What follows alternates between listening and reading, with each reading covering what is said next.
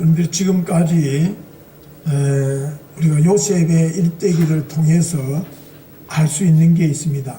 그게 뭐냐면은 하나님께서는 당신이 하시고자 하시는 일을 반드시 이루어 가시는 분이다.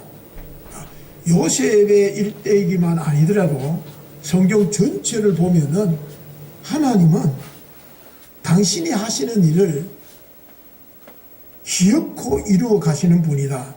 인간이 아무리 막아서고 인간이 아무리 지체한다 할지라도 하나님께서는 당신의 일을 반드시 이루어 가시는 분이 하나님이시라는 겁니다. 자, 이 요셉의 사건이 어떤 사건이냐면은 하나님께서 일찍이 아브라함을 통해서 대민족을 이루겠다라는 약속이 있었잖아요. 근데 그 약속을 지금 요셉이를 통해 가지고 야곱의 가족을 전면에 내세워 가지고 지금 이제 그 대민족을 이루기 위한 이동, 애굽으로 이동시키겠다는 것이 하나님의 뜻입니다. 그래서 요셉을 먼저 애굽으로 보내신 거예요. 왜냐하면 팔레스타인 산지의 유목민으로서는 한계가 있는 거예요.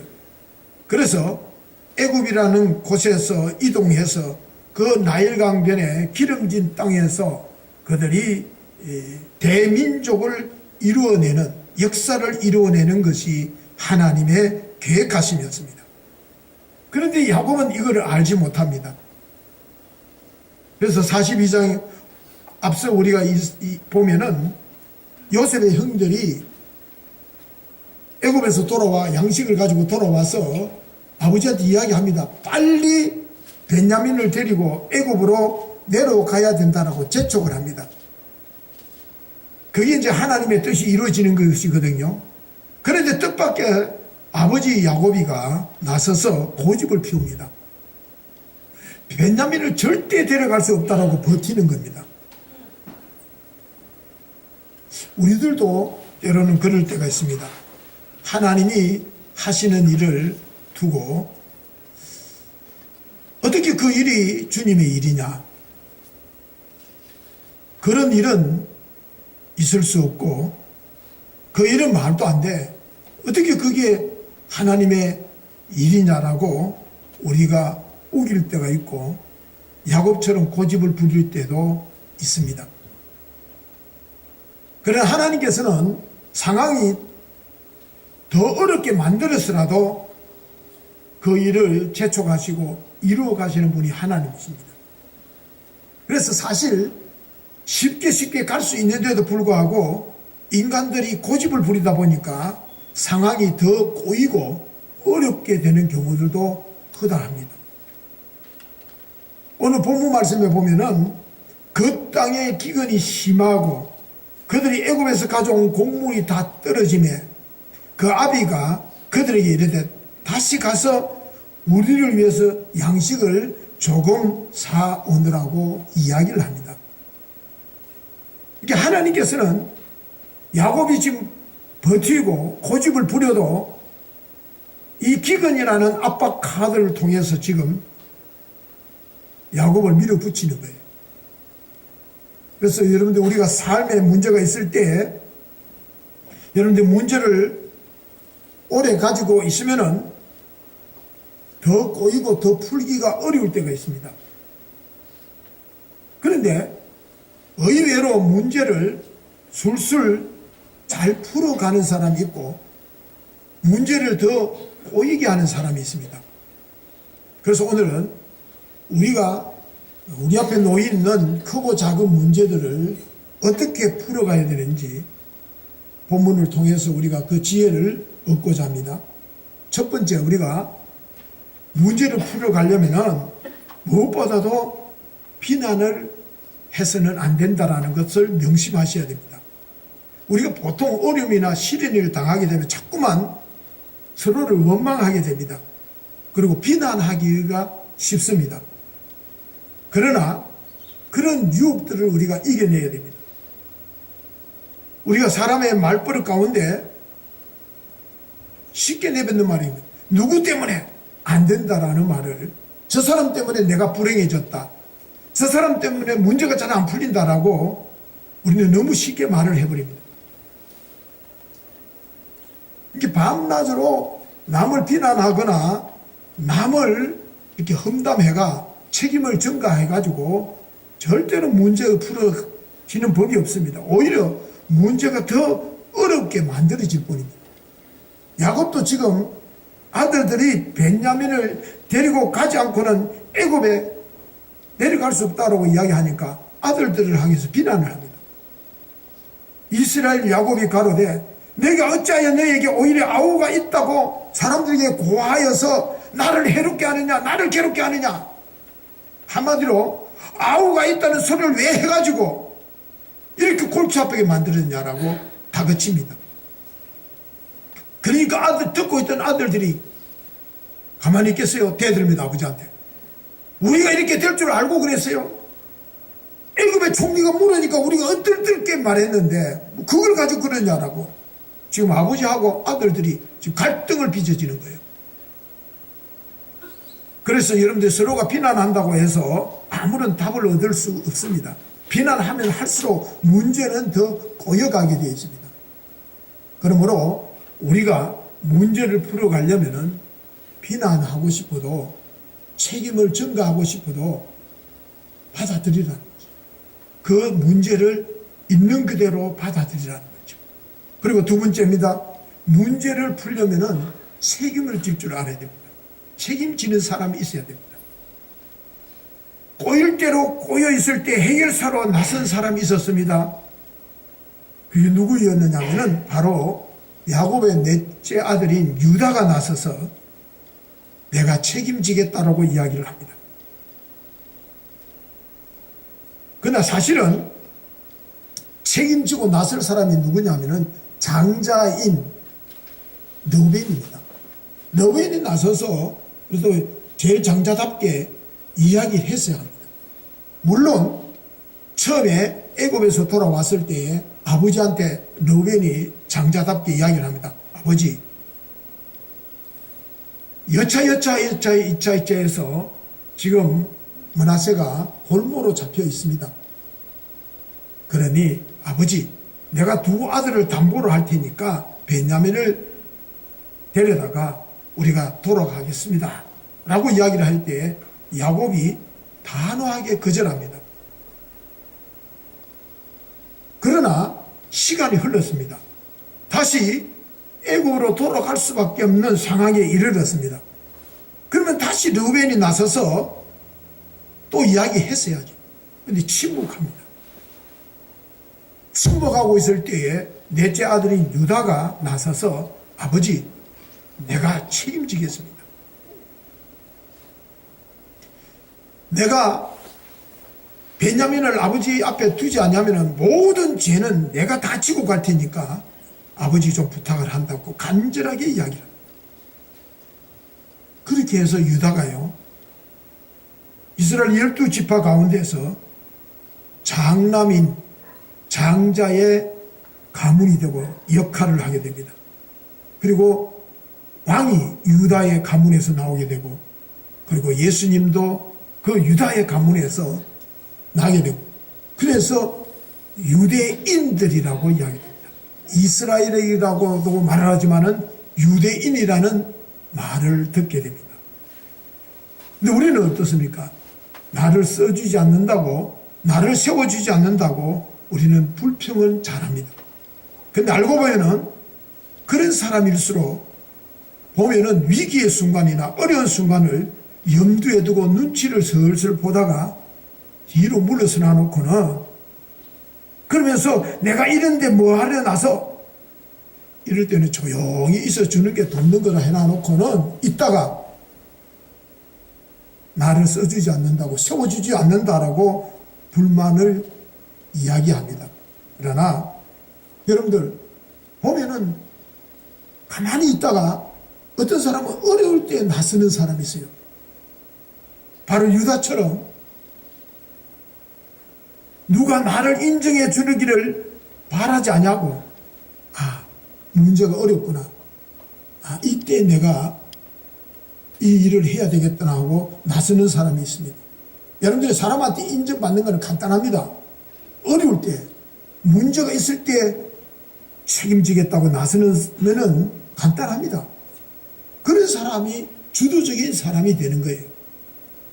여러분, 어느 조직이든지 어느 모임이든지 가만히 들여다보면요, 주도적인 사람들은 어떤 사회적인 영향력이 있는 사람이나 돈이 많은 사람이 아닙니다.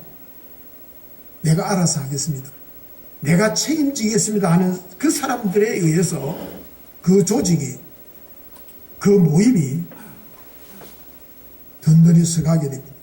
그런 사람들에 의해서 그 조직은 움직이게 되어 있고 또 세워져 가는 것을 우리가 알 수가 있습니다.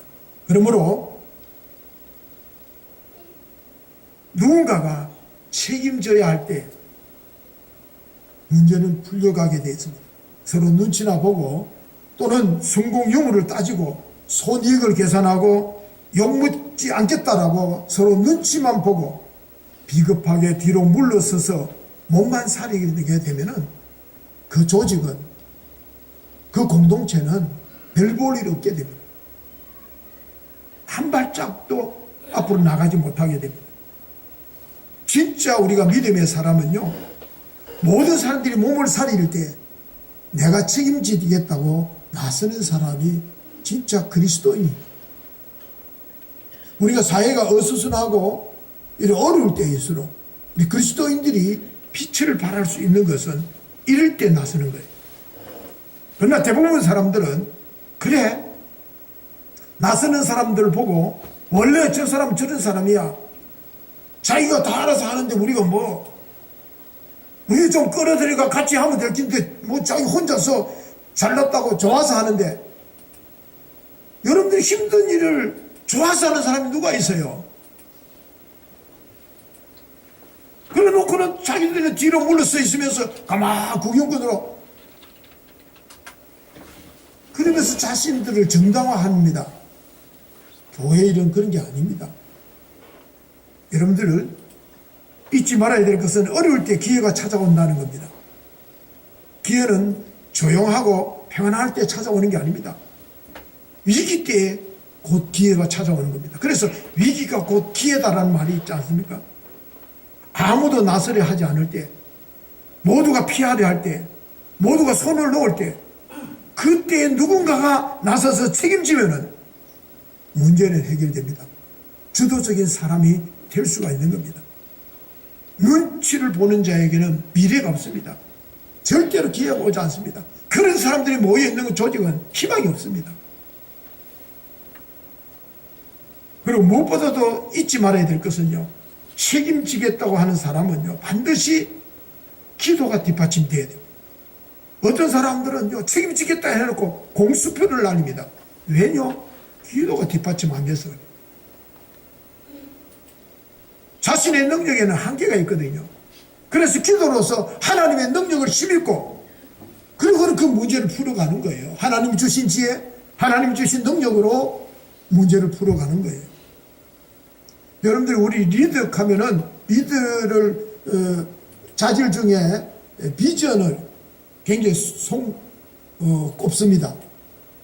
아, 저 사람이 정말 비전이 있느냐 없느냐, 어떤 비전을 제시하느냐, 그걸 보고 우리가 리더가 대만하다 그렇게 이야기하는데, 여러분들 요즘은 그 어떤 비전을 제시하는 사람보다 더 중요하게 여기는 사람은 책임감입니다. 책임을 질 줄 아는 사람, 이게 진정한 리더잖아요. 여러분들이 요즘 정치인들 와가지고 자기가 되기 위해서 얼마나 막 공수포를 날립니까? 큰 소리 뻥뻥 치라고 하는 게 없어. 책임지는 게 별로 없다니까요.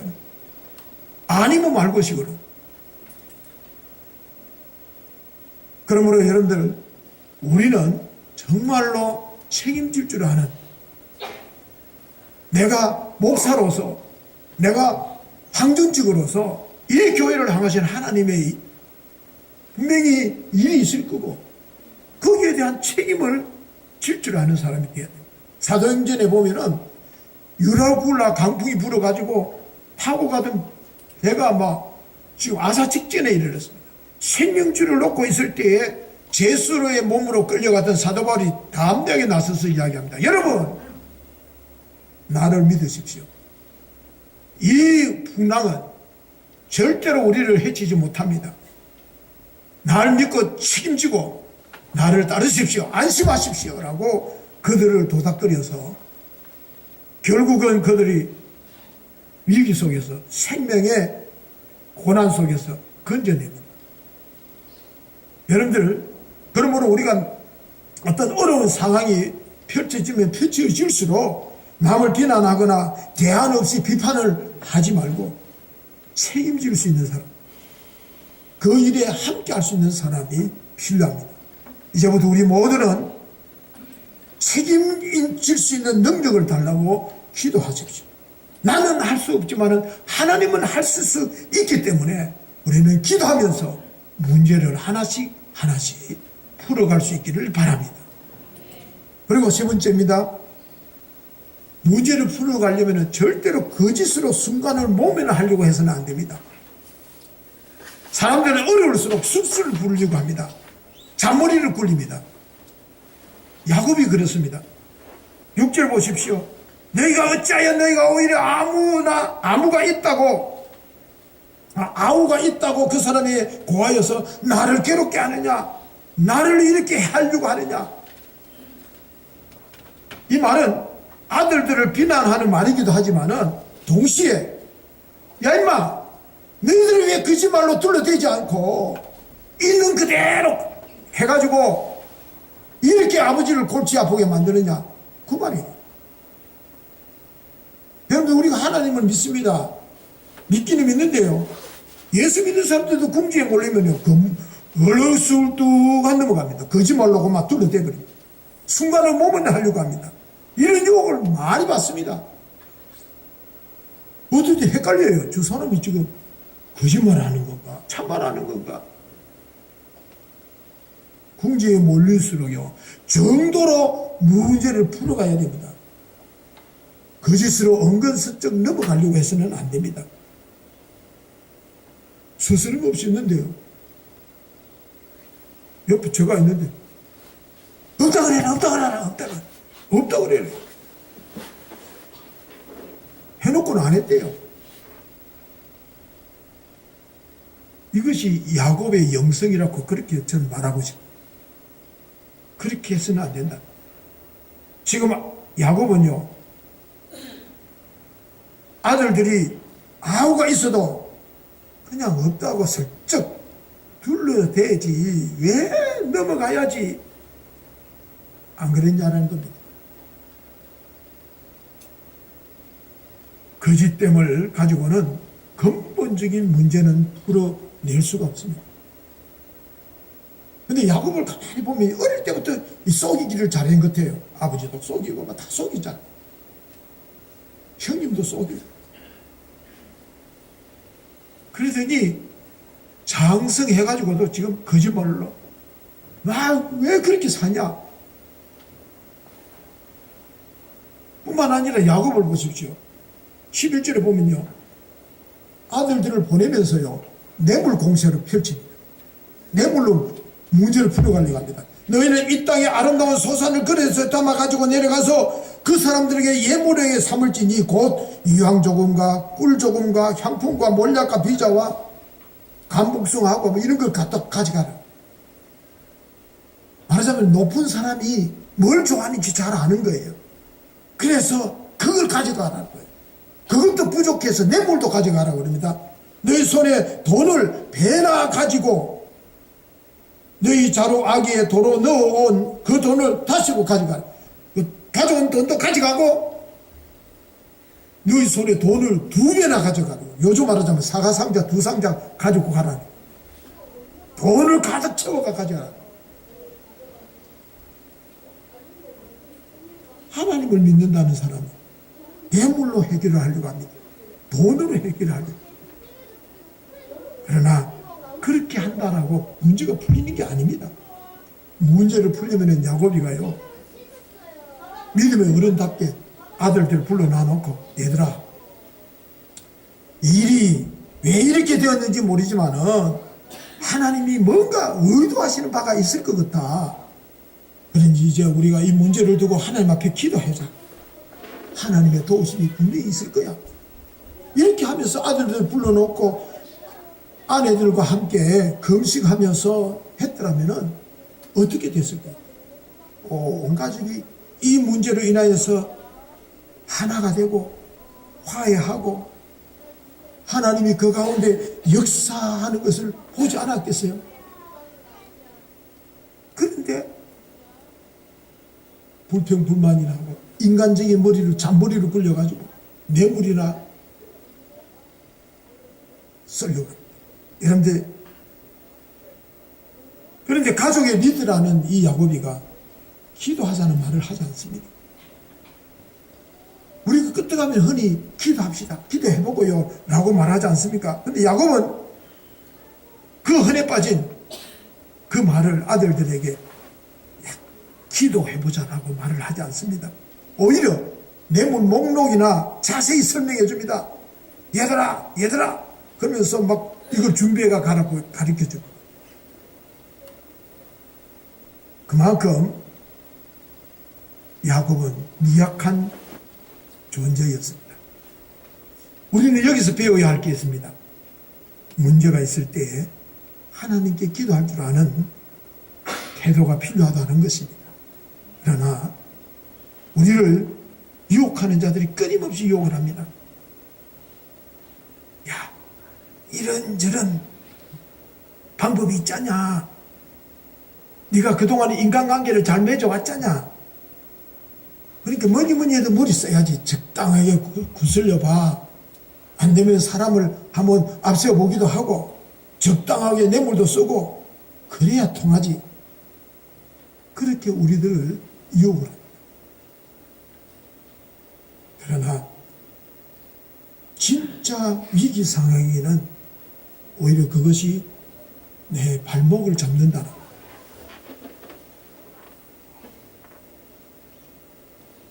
그러므로 우리 모두가 원래는 다 내 지혜를 내려놓고 오직 하나님을 의지하고 기도하는 사람이 되어서 문제를 풀어가는 우리 모두가 될 수 있기를 바랍니다. 원래 지금 우리 교회가 이제 20년이 되는 해고 이제 이대 목사님이 이제 부임하게 되는 중요한 때입니다. 이럴 때일수록 우리 모두가 남을 탓을 하지 말고 비난하지 말고 모두가 책임질 수 있는 자리에 서서 진실을 담아내는 우리 공동체가 될 때에 어떤 문제도 해결될 것이고 어떤 문제도 풀어가는 하나님의 은혜를 우리 모두가 있게 될 것입니다. 그 믿음을 가지고 올 한해